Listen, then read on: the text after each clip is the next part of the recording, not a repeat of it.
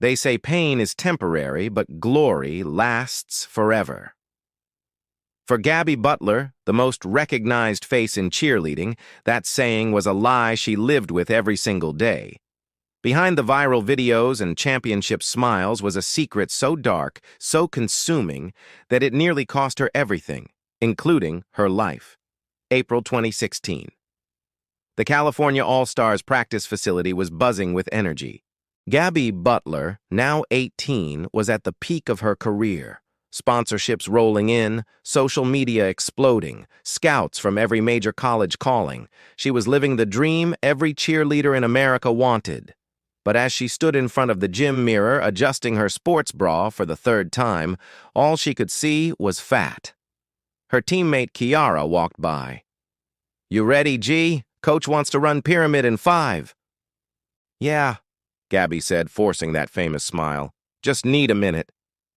The minute she needed wasn't for stretching. It was to count, to calculate, to obsess over the numbers that had taken over her brain like a parasite she couldn't kill. Breakfast? Skipped. Lunch, half an apple, 40 calories. Dinner last night, 3 bites of chicken, maybe 60 calories. Total for yesterday, 100 calories. Today's goal, 0. The eating disorder had started innocently enough. A comment from a judge at a competition 6 months ago. "She's powerful, but she could stand to lean out a bit for aesthetics." Just one comment, just 10 words. But they'd planted a seed that grew into something monstrous. Gabi started cutting calories, just a little at first, then a little more, then a lot more. The scale became her god, and the number on it determined whether she was worthy of existing that day. "Gabi, let's go!" Coach Orby's voice cut through her thoughts. She walked onto the mat, her legs slightly shaky. She hadn't eaten in 23 hours. But she could still stunt, she could still tumble, she could still be perfect. The pyramid went up. Gabi was basing with Eddie. The flyer, a tiny freshman named Morgan, stood on their hands. They lifted. Morgan rose. Everything was going perfectly. Then Gabi's vision blurred. Just for a second, just long enough for her grip to slip. Morgan fell. Not badly. Eddie caught most of her weight. But Gabi stumbled backward, her body betraying her, and crashed into the wall behind the mat. "Gabi!"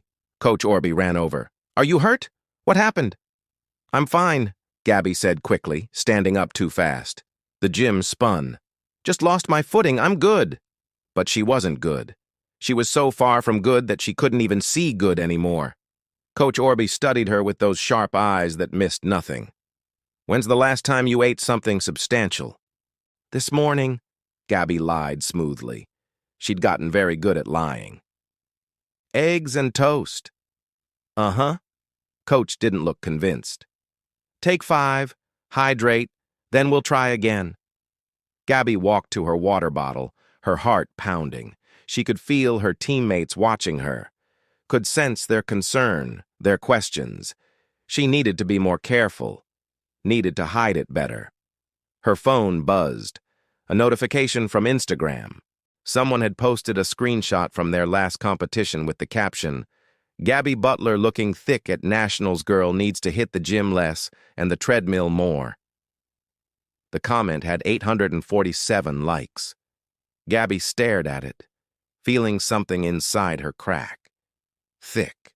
The word echoed in her head like a curse. She wasn't eating, was barely functioning, was destroying herself to be thin enough, and it still wasn't enough. She opened her notes app, where she kept her daily food log and weight tracker. This morning, 118 pounds. Goal weight, 105. Miles to go, 13 pounds. 13 pounds standing between her and being good enough. "Gabi, you're up," Coach called. She put the phone away, stood up, and immediately felt her knees buckle. She caught herself on the wall, but not before Eddie saw. "Whoa, G!" He rushed over. "You okay? You look really pale." "I'm fine," she insisted. "Just stood up too fast." "Maybe you should sit out." "I said I'm fine." The snap in her voice surprised them both. Gabi never snapped. Gabi was always positive, always smiling, always perfect. Eddie held up his hands. Okay, okay, just worried about you. If you're watching this, and something about Gabi's struggle is hitting close to home, hit that subscribe button.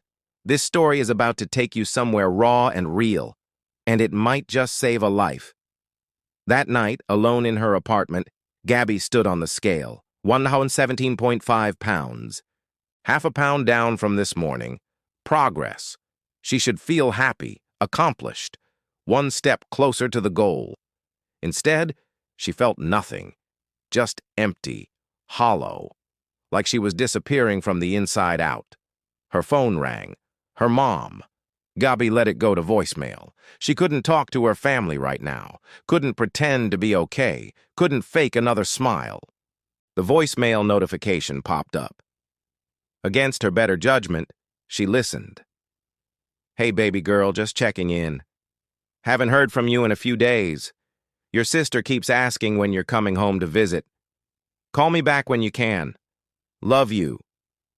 Love you. The words felt like daggers. Because how could they love her when she was this? When she was failing, falling apart, becoming something unrecognizable? Gabi walked to the bathroom, turned on the shower, and stepped in fully clothed. The water ran cold, but she didn't adjust it. She just stood there, letting it pour over her, washing away nothing, fixing nothing, helping nothing. And then she did something she hadn't done in months. She cried. Really cried. The kind of crying that comes from somewhere so deep you didn't even know it existed. Because she was so tired. Tired of counting, tired of lying, tired of looking in the mirror and hating what she saw no matter how much weight she lost. Tired of being Gabi Butler, cheerleading icon, while the real Gabi was dying inch by inch where nobody could see. Tomorrow, she'd have to get up and do it all again. Smile for the cameras, hit the stunts, pretend everything was perfect. But tonight, standing in a cold shower fully clothed, Gabi Butler finally admitted the truth she'd been running from. She was in trouble, deep trouble, and she had no idea how to save herself. The next morning, Gabi woke up on her bathroom floor. She'd passed out in the shower sometime after midnight, and her body had given up. The water had run cold for hours before shutting off automatically. Her clothes were still damp. Her skin was ice. She tried to stand and couldn't. Her legs wouldn't support her weight. After 3 attempts, she managed to crawl to the living room and pull herself onto the couch. This was bad. This was really bad. Her phone showed 15 missed calls. Coach Orby, Eddie, Kiara, Carly, even her mom again. And one text from Coach that made her stomach drop. If you're not at practice by 9 a.m., I'm coming to your apartment. No excuses. It was 8:47 a.m. Gabi forced herself to stand. The room tilted violently, but she steadied herself against the wall. She had to get to practice, had to prove she was fine, had to keep the secret buried just a little longer. She made it to the gym at 9:03. Coach Orby was waiting in the parking lot, arms crossed. The look on his face told Gabi he wasn't buying whatever lie she was about to sell. My office, now. They walked inside in silence. Once the door closed, Coach didn't waste time. Gabi, I'm going to ask you a question, and I need the truth. Not the Instagram version, not the championship smile version, the real, honest truth. Are you okay? Gabi opened her mouth to say yes, to deliver the lie she'd perfected. But something about the genuine concern in Coach's eyes, the way he was looking at her like he actually saw her, not Gabi Butler the brand, but Gabi the broken girl, made the lie stick in her throat. No, she whispered. No, I'm not okay. Tell me what's going on. And so she did. The eating disorder, the obsessive counting, the goal weight that kept dropping no matter how much she lost. The comment from the judge, the Instagram post, the passing out, all of it. Coach Orby listened without interrupting. When she finished, his face was grave. Gabi, you're describing an eating disorder, a serious one. This isn't about willpower or discipline. This is a mental health crisis, and you need professional help. I can't, Gabi said desperately. If people find out, it'll be everywhere. My sponsors will drop me. Colleges will rescind offers. Your career won't matter if you're dead, Coach interrupted firmly. And Gabi, that's where this is heading. You passed out on your bathroom floor last night. You can barely stand right now. Your body is shutting down. This isn't sustainable. But Worlds is in 3 weeks. You're not competing at Worlds. The words hit like a slap. What? You're not competing, Coach repeated. Not like this. Not while you're actively destroying yourself. I'm pulling you from the routine. You can't! Gabi's voice cracked. This is my last year. This is everything I've worked for. And it'll still be there when you're healthy, Coach said. But Gabi, I need you to understand something. Right now, your brain is lying to you. It's telling you that your worth is tied to a number on a scale, to how you look in a uniform, to whether you're thin enough for some arbitrary standard. That's the disorder talking. That's not truth. Tears streamed down Gabi's face. I don't know how to stop. I don't know how to eat without panicking. I don't know how to look in the mirror and see anything but failure. Coach walked around his desk and knelt in front of her chair. Then we're going to teach you, starting today. I'm setting up an appointment with a therapist who specializes in eating disorders. We're going to create a meal plan with a nutritionist, and we're going to rebuild your relationship with food, with your body, with this sport. What about the team? The team loves you. They want you healthy, not performing. Healthy. There's a difference. A knock on the door. Carly poked her head in. Coach, the team is asking, can we come in? Coach looked at Gabi. Your call. Gabi wiped her face and nodded. The door opened, and her teammates filed in. Eddie, Kiara, Carly, Morgan, all of them looking worried, concerned, but not judgmental. Not disgusted, just there. If Gabi's vulnerability is moving you right now, show your support. Hit that like button and comment with a heart emoji. Let's remind everyone struggling that they're not alone. We know, Carly said softly. We've known for a while. We just didn't know how to help. I've been watching you disappear, Eddie added, his voice thick. Not just physically, you, the real you. The Gabi who laughs too loud and eats pizza at midnight and doesn't care about being perfect. We want her back.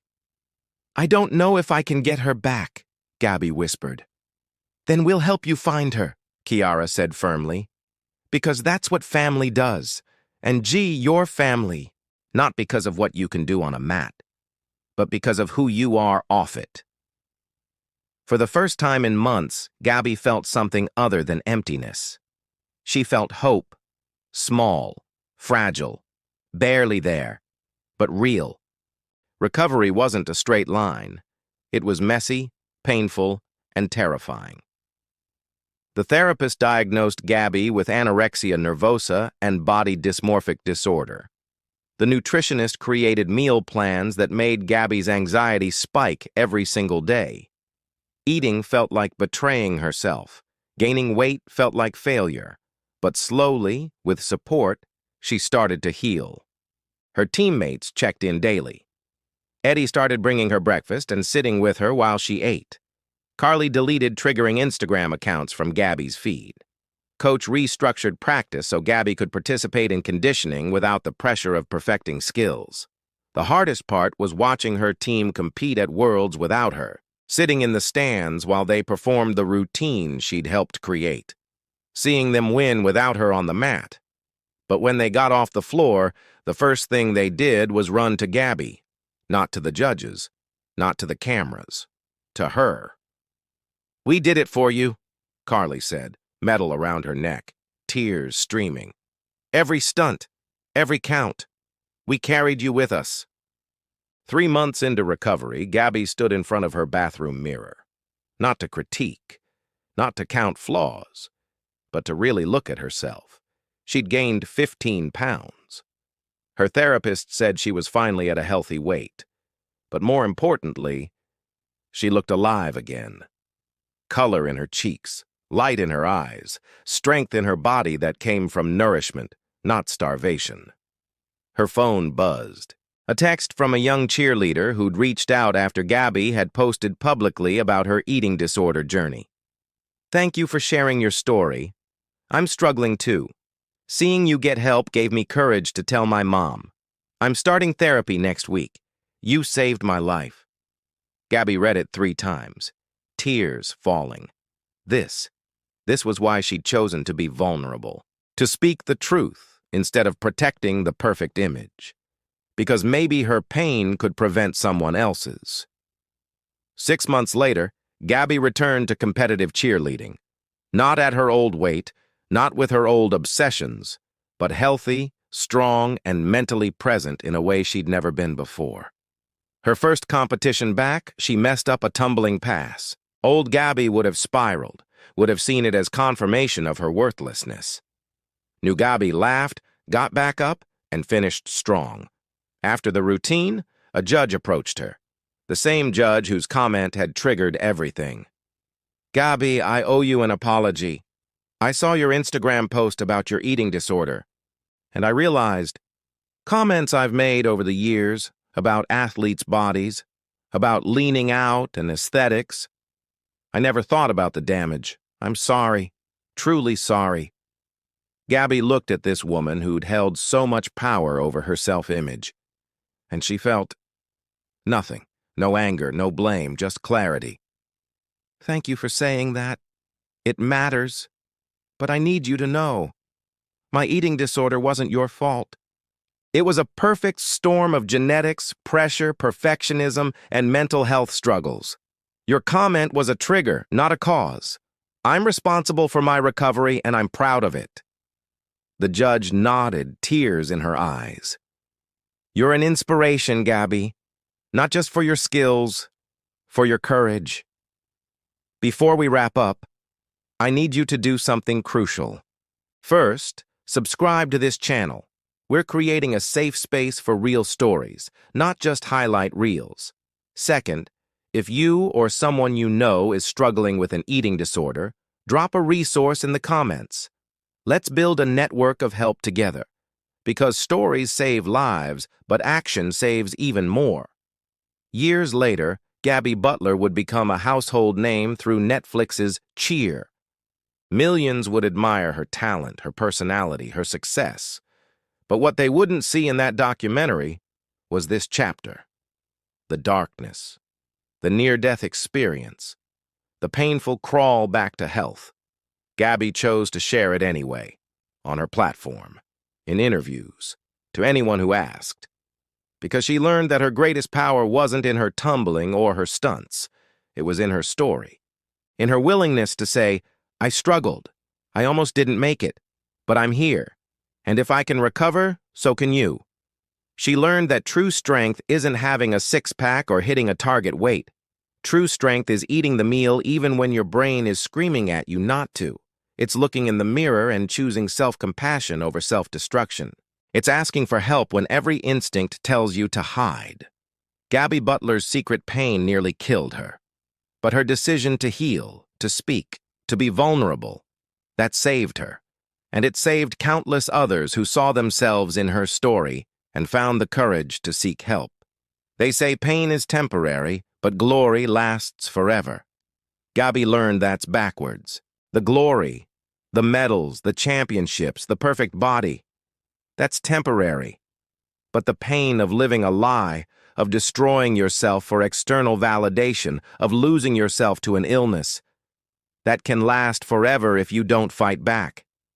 Gabi chose to fight, and in doing so, she became more than a champion cheerleader. She became a survivor, an advocate, a beacon for everyone still struggling in the darkness, showing them there's a way out.